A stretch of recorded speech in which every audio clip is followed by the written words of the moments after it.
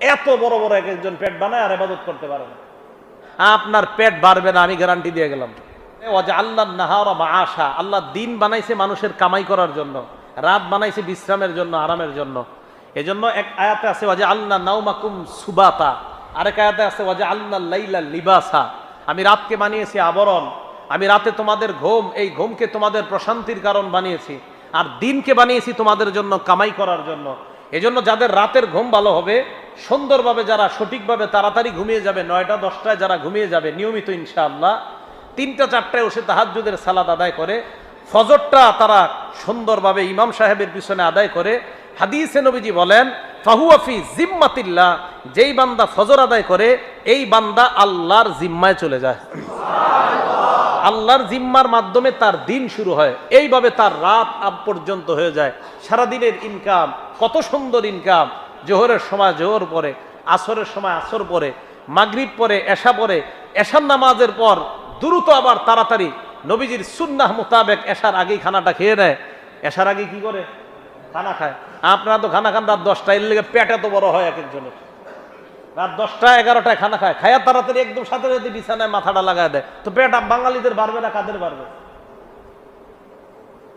এশার নামাজের আগে আপনি নিয়মিত খানা খান, খানা খাওয়ার পর এশার সালাত আদায় করেন, এশার নামাজের পর 2 রাকাত সুন্নত আছে, 3 রাকাত বিতির আছে, পারলে আরো 8 রাকাত বাড়ায় পড়েন তাহাজ্জুদ। খালি রমজানে গেলে 8 রাকাত পড়েন না? নবীজির হাদিসে আসছে নবীজি রমজান আর রমজানের বাহিরে 8 রাকাত পড়তো সারা রাত।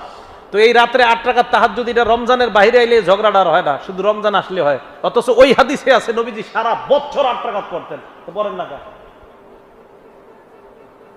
তো এই 8 রাকাত পড়েন, আপনি এশার আগে খানা খান, এর নিয়মিত সুন্নত পড়েন, আরো 8 রাকাত বাড়ান, 10 রাকাত হইল, বিতির 3 রাকাত, 13 রাকাত, এশার নামাজ 4 রাকাত, 17 রাকাত পরে আপনি এরপরে বিছানা যান, আপনার পেট বাড়বে না, আমি গ্যারান্টি দিয়ে গেলাম। আপনার পেট বাড়ার সুযোগই তো নেই। খানা খায় না, এসে নামাজে দাঁড়াইলেন, তো পেট বাড়বে কোন দিক দিয়ে? এত বড় বড় এক একজন পেট বানায় আর ইবাদত করতে পারে না।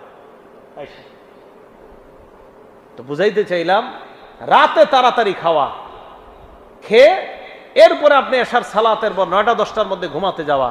নাসাই শরীফের 1787 নাম্বার হাদিস শুনেন, নবীজি সাল্লাল্লাহু আলাইহি সাল্লাম বলেন মান আতা ফিরাশা, যে ব্যক্তি বিছানায় আসার পর ওয়ানাওয়া ইয়াকুমু মিনাল লাইল, ওই ব্যক্তি নিয়ত করে আমি রাতের বেলায় জাগ্রত হব।